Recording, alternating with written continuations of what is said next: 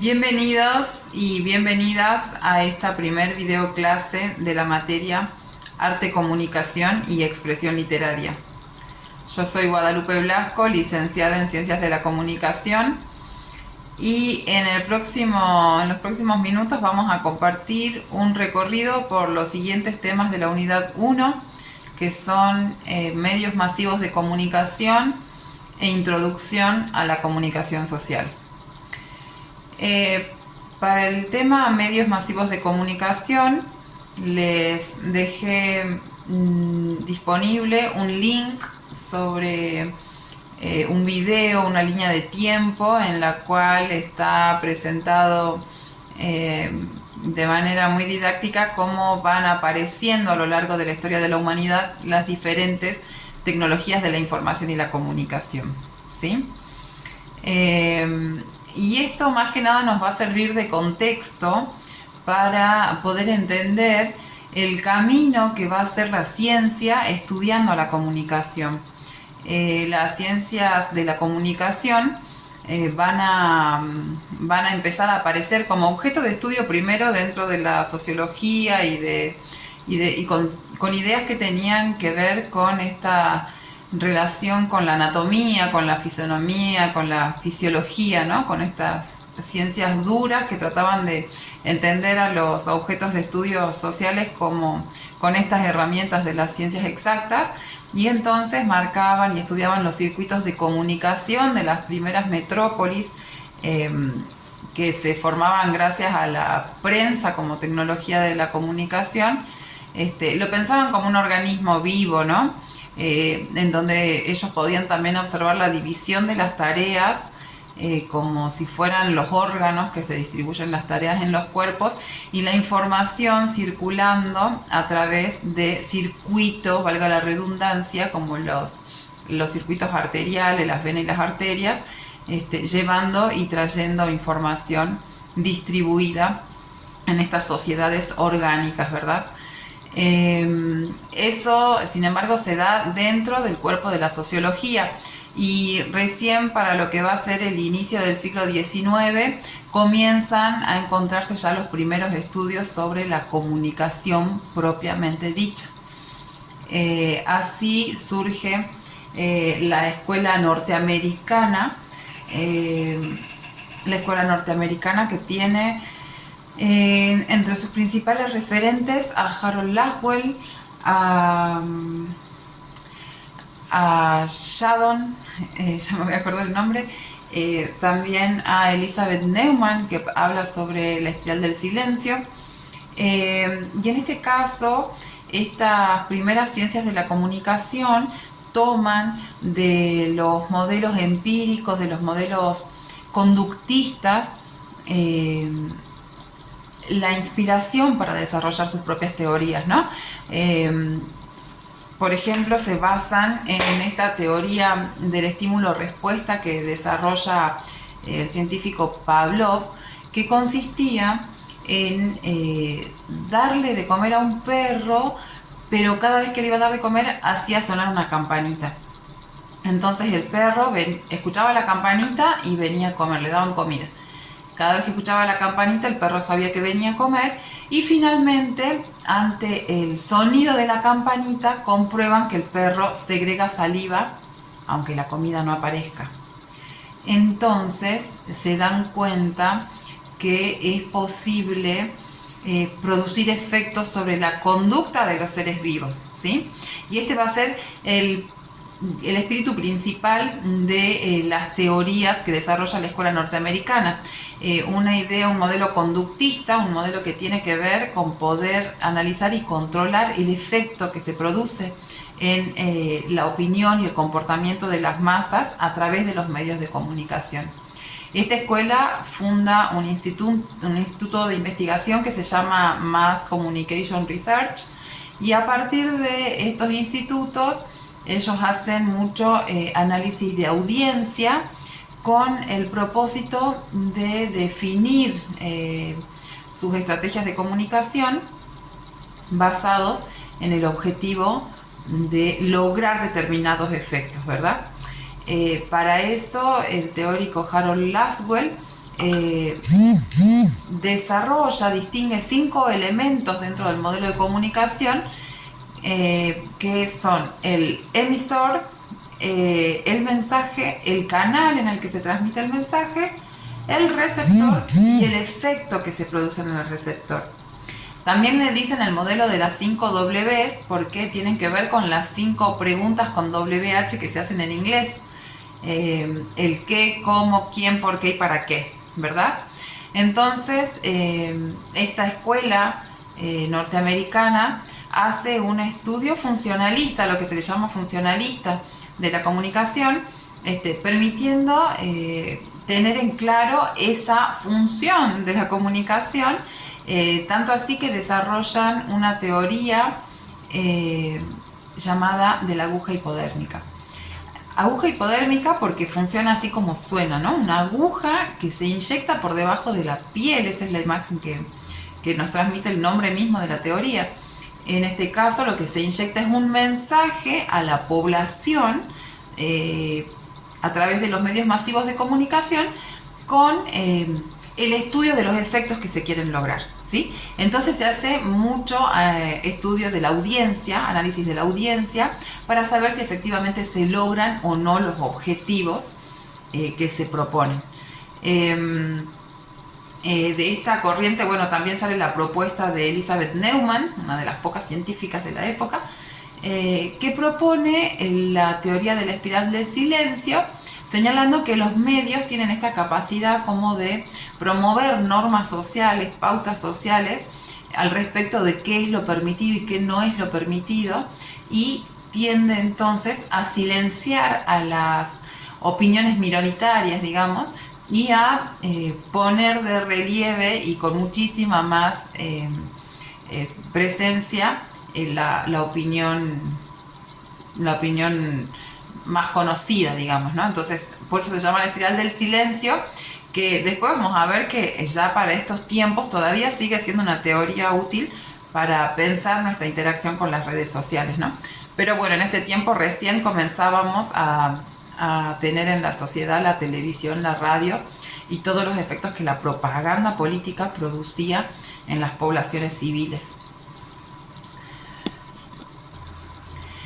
Esta teoría conductista, funcionalista,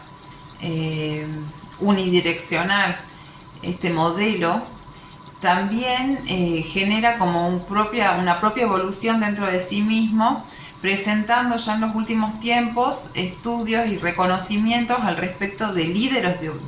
de opinión que van a venir a actuar en esta zona de los efectos esperados, ¿no? Y ellos reconocen que efectos se dan seguros, lo que no se sabe si son los efectos deseados o no, y entonces reconocen también como en términos de ruido, que en esa época también se estudiaba todo como análisis de máquina, como términos de ruido aparecían también estos líderes de opinión que podían transformar, que podían propalar aún más o no determinadas propuestas de los medios de comunicación. Luego, ya para 1920, 1960, en Alemania se da lugar la Escuela de Frankfurt, una escuela que también se conoció con el nombre de escuela crítica o de teoría crítica, porque esta gente también, como vienen de esta experiencia de los medios masivos de comunicación y los regímenes totalitarios operando en sus territorios, estos científicos empiezan a ver con preocupación y también casi como respuesta a estas teorías funcionalistas, conductistas, empiezan a ver con preocupación temas como la libertad humana, la igualdad. Se preguntan si es posible la democracia bajo este régimen mediático y van a caracterizar y a señalar que los medios de comunicación acercan a través de la cultura popular, de la cultura masiva, la idea de la clase dominante, ¿no? siguiendo con la teoría crítica, pero ya de este lado del océano, acá en el norte, en Pensilvania, surge también un grupo de estudiosos de la comunicación que deciden hacer la teoría, deciden hacer evaluaciones, estudios prácticos sobre cultivos de comunicación. ¿Qué quería decir cultivos de comunicación? Ellos se ponen a medir cómo afecta en la construcción de realidad el exceso de exposición a las pantallas en aquellos tiempos, y terminan por cerrar sus conclusiones en que efectivamente a mayor cantidad de horas de exposición a la pantalla, la gente comienza a proyectar esa realidad expresada en la pantalla, a expresarla como una realidad en su vida, ¿no? Entonces, ¿cómo pueden ellos incorporar realidades a través de la pantalla? Uno de los sucesos que pasa por aquellos tiempos es que a través de la radio se difundía una novela, un radioteatro de ciencia ficción. Y en muchas ciudades ocurre como un susto generalizado y el rumor de que efectivamente iban a ser invadidos por extraterrestres, porque era el relato de este radioteatro, ¿no? Entonces, bueno, así como muchos estudios realizados sobre cómo la gente proyecta la realidad. Más si nos imaginamos que hace muchas décadas nosotros venimos educados viendo guerras y naturalizando todo tipo de violencias con los discursos de la televisión, la teoría del cultivo es bastante interesante también para cruzarla con la realidad actual, ¿no? Y ver cómo nos va configurando a nosotros la idea de realidad con lo que consumimos en los medios, porque básicamente es eso. Bien, luego tenemos la escuela de Birmingham. Birmingham es un lugar en Inglaterra donde en 1960 aproximadamente surge también una corriente crítica que le va a dar una vuelta de rosca a los modelos de comunicación, porque si bien van a reconocer esta perspectiva de la teoría crítica de la Escuela de Frankfurt, diciendo que los medios efectivamente están reproduciendo el status quo, sosteniendo el poder de las élites de dominación, también ellos van a decir, bueno, además de eso sucede también en esta circulación de mensajes en los medios masivos una aparición de todo lo subalterno, todo lo alternativo, todo lo dominado, si se quiere, va a aparecer también dialogando junto con el mensaje dominante, junto con el mensaje hegemónico. Entonces ellos, además, todos estos estudiosos eran como la primera camada de universitarios en sus familias. Eran de una clase obrera que había podido tener acceso a la universidad por las condiciones históricas de la época, y que por lo tanto habían sentido el interés de dar entidad también científica a todo aquello que antes los estudios de comunicación o estudios sociales no lo abordaban, porque era como la cultura prohibida o la cultura mal vista, la cultura popular, ¿verdad? Entonces esta corriente de pensamiento integrada por Stuart Hall, por Antonio Gramsci, que es quien le otorga también una categoría fundamental, que es esta idea de que a todo poder, a toda hegemonía de poder le corresponde una contrahegemonía, y que en ese engranaje indisoluble se van a estar presentando todas las relaciones de comunicación, tanto masivas como humanas, para Gramsci y para estos teóricos de la comunicación de ese momento. Existía en cada experiencia de comunicación una trinchera, ¿no?, donde se daba esta lucha de poder entre los sentidos hegemónicos, los sentidos permitidos de la raza hegemónica, de los roles hegemónicos, dialogando con toda esta cultura popular a la que ellos van a poner especial atención estudiándola, estudiando también los eventos culturales más allá de la comunicación de los medios masivos, ¿no? También ya empezando a abrir la perspectiva de los estudios de comunicación hacia lo que es las prácticas culturales más allá de los medios. Bien. Bien, luego de este abordaje crítico, con el advenimiento de los medios de comunicación después de la computadora y de los cada vez más pequeños sistemas de almacenamiento de comunicación y cada vez más veloces formatos de transferencias de información, arribamos nuevamente a una sociedad que la tecnología comienza a configurar y a dar características propias. En este caso ya nos encontramos en lo que se llama la era de la información y adviene con ello una escuela nuevamente funcionalista,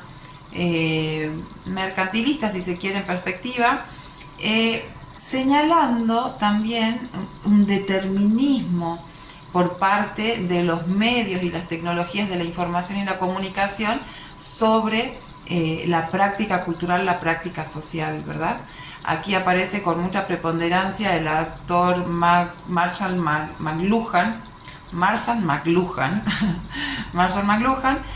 quien propone que a la sociedad, a la humanidad le corresponden eras, transita eras históricas según las tecnologías de la información y la comunicación. Entonces, para eso él va a señalar una era del lenguaje, una era alfabética cuando se inventan los símbolos escritos del lenguaje, ¿verdad? Va a decir que existe la era Gutenberg o la era de la imprenta, que efectivamente es cuando aparece la imprenta y se hace posible la multiplicación de los textos, la reproducción, ¿no?, de las obras masivamente. La prensa, aparece la prensa. Luego va a decir que a esto le deviene la era electrónica, ¿sí?, con el telégrafo, con la radio, con la televisión, y ya con la configuración de estos sistemas de información ultra veloz y disponible, lo que llama la sociedad de la información o la era de la información. Y así como se señalaba que las herramientas del sistema productivo son extensiones de las capacidades humanas en la línea de producción, él va a decir que los medios de comunicación son extensiones de también capacidades humanas como la cognición y la memoria, ¿no? Entonces él dice son una extensión de la cognición y de la memoria. Interesantísimo planteo para cruzar hoy con lo que está pasando con la inteligencia artificial. Digo, yo tiro nomás así para que empiecen a surgir las pesquisas. Bien, y así llegamos al surgimiento de las escuelas de comunicación latinoamericanas que inician en el año 1940 con la primera facultad de periodismo en Brasil, de la mano de José Márquez de Melo, que es el nombre del primer científico en comunicación de América Latina, al que le siguieron otras escuelas y carreras de periodismo y comunicación que se fueron abriendo paso en Latinoamérica. A esta corriente, de esta corriente son referentes Paulo Freire, Hermann Matelar, Dorfman, también de Chile, Néstor García Canclini un poco más adelante ya en Argentina, hablando sobre hibridación cultural, Jesús Martín Barbero y Ramiro Beltrán, de quien les puse ahí también un segmento, un parrafito cortito que habla sobre su entrega a este área del conocimiento y que resume muy bien el espíritu de lo que es la Escuela Latinoamericana de Comunicación, que surge claramente en respuesta al modelo funcionalista, determinista de estas otras escuelas, y que por supuesto se va a apoyar y va a tomar los estudios culturales y la teoría crítica para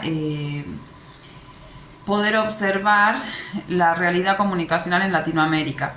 Y si bien ellos aceptan estas premisas de que la comunicación de masas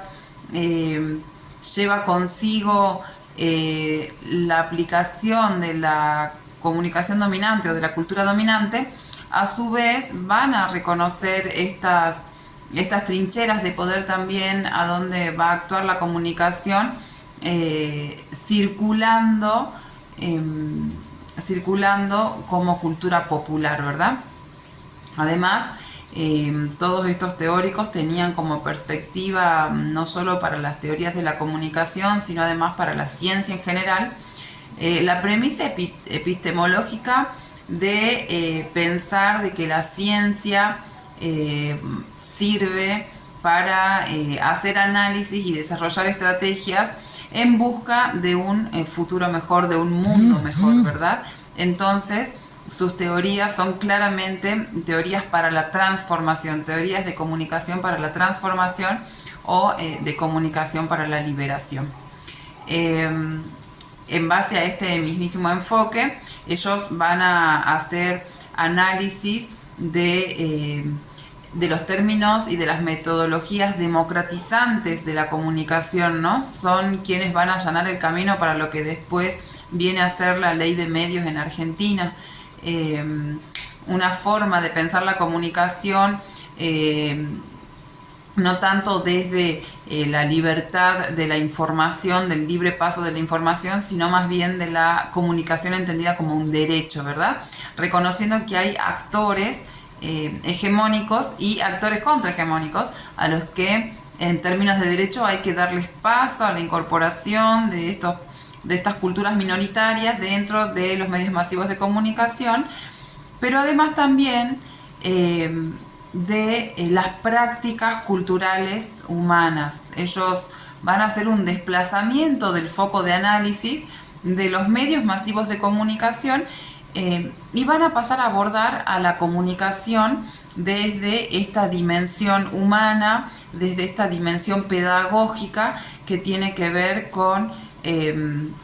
aprovechar cada instancia de comunicación para desarrollar futuros ciudadanos con criterio, ¿verdad? Con criterio, con capacidad de análisis, con capacidad participativa y reconociendo las propias características de cada ciudadanía.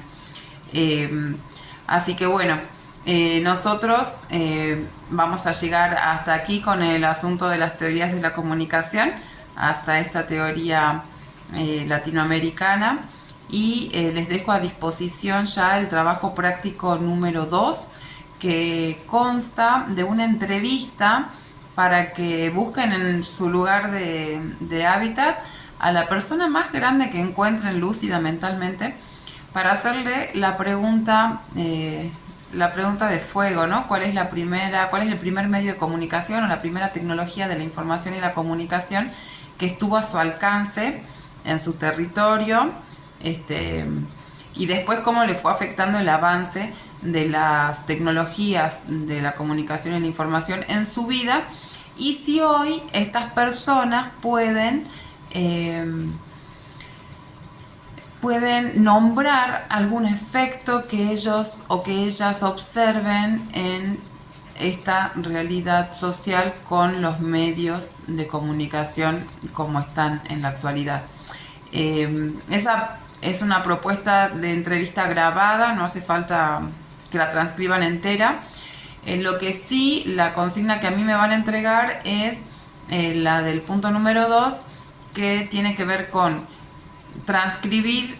algún pasaje sustancioso, lo más sustancial de esta entrevista, donde ustedes vean que se refleja o que se pone en ejecución alguno de estos modelos de comunicación vistos, que dicho sea de paso, a veces parece que uno quisiera como creer, ¿no?, que hay un modelo que está mal o un modelo que está bien. Yo creo que nosotros como comunicadores y estudiosas de la comunicación, nos podemos proponer en todo caso, más que pelearnos o amigarnos con alguna teoría, poder abordar cada evento comunicacional o cada experiencia con todas las matrices posibles del conocimiento de la comunicación, y a partir de eso uno va también elaborando categorías propias y viendo qué es lo que sirve y qué es lo que no sirve, ¿verdad? Así que bueno, la invitación entonces a abordar estas teorías de la comunicación en relación a la experiencia que les cuente su entrevistado o su entrevistada. Muchas gracias y nos estamos comunicando pronto.